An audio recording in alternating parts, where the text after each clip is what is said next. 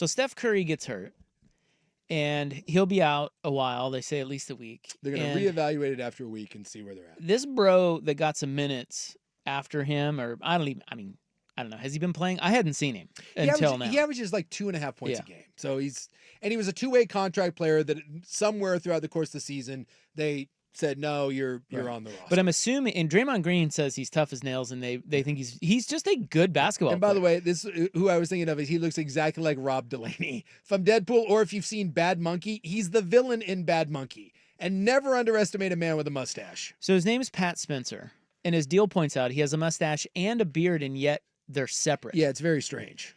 He looks just like a regular. Yep. He's like a white accountant. If you saw that guy at your local gym playing hoops, you wouldn't think twice about it. So I would imagine he got run last night because Curry got hurt. Yeah. So he was out there, and I'm going, who is this guy? So I start Googling. Turns out he holds the NCAA record for most career assists in lacrosse. He's a lacrosse bro. He was 231. He was the #1 pick in whatever horse crap lacrosse league there is. Yeah, so in another life he could have been a Portland Lumberjack. Well, no, because they're gone. Well, that's why I said in another life maybe we still have the Portland Lumberjacks, and he could have been our #1 pick. Well, anyway, he's from Maryland. He goes to Loyola, Maryland from 2016 to 2019. And he sets this record. He wins the college lacrosse equivalent to the Heisman Trophy. And then he's like, well, so like you said, he gets picked in the 2019 Premier Lacrosse League draft. This is the first ever Premier Lacrosse League draft. And I think they offer him a whopping contract of like $11.50 a game, and I don't know. It's like working at the Fan. Yeah, and the use of a Kia Sorrento, and he decides that maybe that's not the best career move. Yeah, so he's like, I don't want to do that. So he is a graduate transfer. He has 1 year of eligibility left in college, and so he goes to Northwestern and he plays basketball. And the coach there is like, my God, this guy's good. He starts him, and he averages 10 points a game. Yeah. And Chris Collins, who was the coach still is at Northwestern, said that his athleticism and quickness, he knew instantly he could hold his own. Like, how many guys could do that? How many guys could just go from one sport and start in another in college? I think there's probably more than you think. Right, which is why I don't understand why more guys don't. Well, I think you do see it. Like, you see basketball guys go and be tight ends, and it just I think I think there'd be plenty of guys that could do this, but to actually get to the next level, that's a whole other animal. So I think for a lot of people, it's just kind of a waste of time. You either are going to go pro in the sport you're good at, or you just move on to getting a real life. Well, I'm just saying in college. Yeah. You know, he just is like, oh, you know what? I'm just going to go play basketball. And then he starts at a Big Ten school and averages 10 a game. Yeah. I mean, dude, come on. That's pretty cool. Yes, it is. So then he's like, all right, I'm going to stick with basketball. And he goes and plays in Hamburg in Germany following the draft of 2020. So it's COVID, you know, it's getting kind of weird. And he plays just 5 games in Germany. The Hamburg Towers. Yeah, and then he signs with the Capital City Go-Go's, the G League affiliate of the Washington Wizards. Yeah.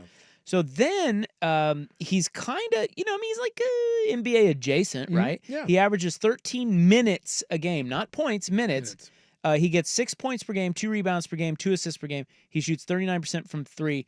The Go-Go's let him go. He signs a 10-day with the Santa Cruz Warriors. He signs a 10-day contract with the G League team of the Warriors, or they call it an Exhibit 10, which is it's not a 10-day, sorry. It's a 1-year deal. And so he signs with the Warriors G League team. He plays well in what is essentially just a tryout, but you can only hold 15 players on its roster in the regular season.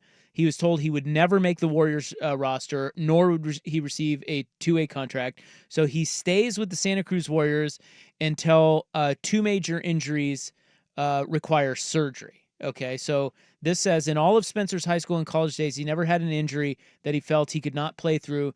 But if he wanted to seriously continue his dream, it was an unfortunate necessity. He recovers from not only hip surgery, but also wrist surgery. He goes back to the Santa Cruz Warriors in 2023. Like, imagine, like, I can just see Big Suke right now going, what is this kid doing? Like, let it go, dude. Go be an accountant, all right? This is why, right up in here. out of the gate, it looked like he hadn't missed a step in his return. He averaged 12 points, 4 boards, 5 assists, 38%. But that's the weird thing is his numbers in college nor the G League are very good. Like there's guys in the G League that average 20 that'll never see an NBA floor.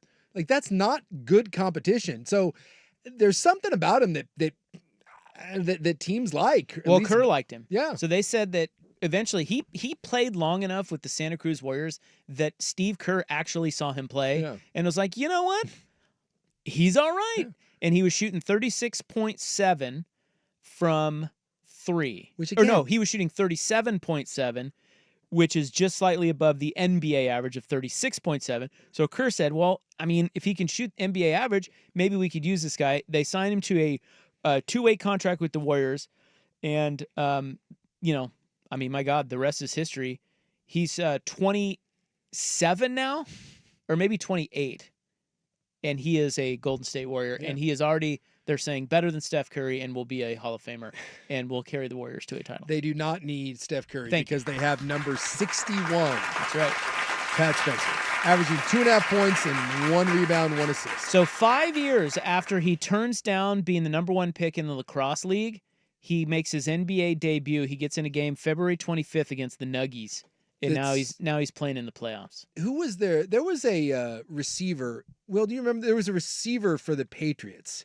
Was his name Hogan? Yeah, you talking Kevin Hogan? Is it Kevin? I believe. No, I thought Kevin Hogan was the quarterback. I'd have to look it up. There was a lacrosse player. I believe he went to Penn State, and I don't think he ever played college football. Chris Hogan. Chris Hogan. Yeah. I don't think, check me on this. I don't think he ever played college football. I think he was just a lacrosse player.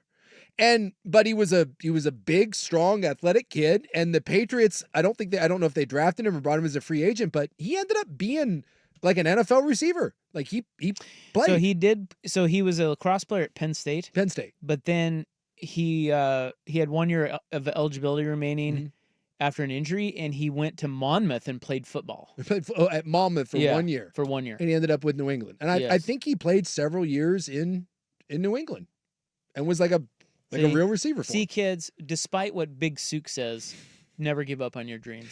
And by the way, Pat Spencer was on February 5th of this year. He was highlighted on SportsCenter's top 10 for a dunk against the Jazz. Again, never underestimate a man with a mustache. Freaking great. Yeah, that's one of those Disney type movies. Oh, it's so good. Doesn't happen very often, but when it does, it's pretty incredible. Well, now he goes the way of Matthew Dellavedova, right? Where he just becomes a turnstile and looks absolutely horrific, but he'll have that one moment in that one game where they didn't take him serious. What if he goes Jeremy Lin? Yeah. He could have 5 games then? 5 games? When I remember the last year that I was with the Buccaneers, I went to my offensive line coach. I'll never forget, and I asked him, I said, am I wasting my time? I knew I was getting cut because they drafted that offseason, they drafted like 4 offensive linemen.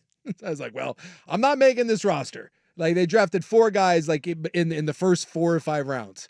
And one of them was a center and another was a guard. And I was like, yeah, I'm not making it. And so I knew I was going to get cut and I was going to have to go try somewhere else. And I asked him, I said, am I wasting my time? And he looked at me and said, he goes, you can play in this league. He said, a lot of people can play in this league, but he said, you will have more opportunities than what is good for you. And it's only up to you to decide when that happens. And I'll never forget that. And it really comes down to, again, how much are you willing to put up with? And so to do this through for 6 or 7 years till you're 28 and you get your shot, that is amazing. It also probably means he's single, not married, no kids, and just, Well, if you play overseas, I think it depends on who you are, but a lot of people like that because they can travel, see different parts of the world. Yeah, you make some, and you make a decent. It's fine. Yeah. And it's not a bad life for a while if you can dunk and shoot. Well, but then you hear the horror stories about like minor league baseball players that they're like 32.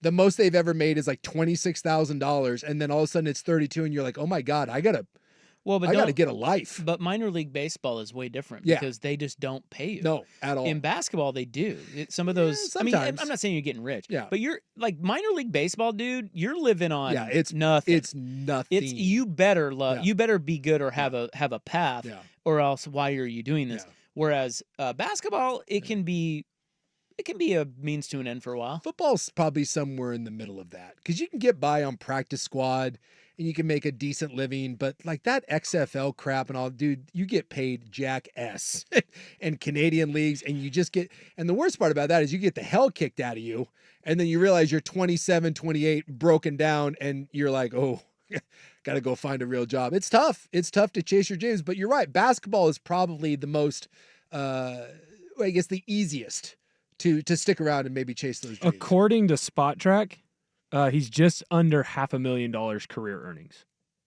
Okay. So not terrible. No, but again, you chop that, and well, but even if they give you, yeah, I mean, what do you suppose he made to go play in Hamburg? Probably 35 to 50. See, grand. I was gonna say $100,000 because some of those deals, yeah, they give you $100,000, it makes it worth it. I'm not sure the Hamburg Towers are dealing that out. Well, you know what I mean, though. Yeah. I mean, I don't know. I think it's better than minor league baseball. Anyway. Yes. Anyway, we gotta go. Shut up. Sorry. Shut up. Go Warriors.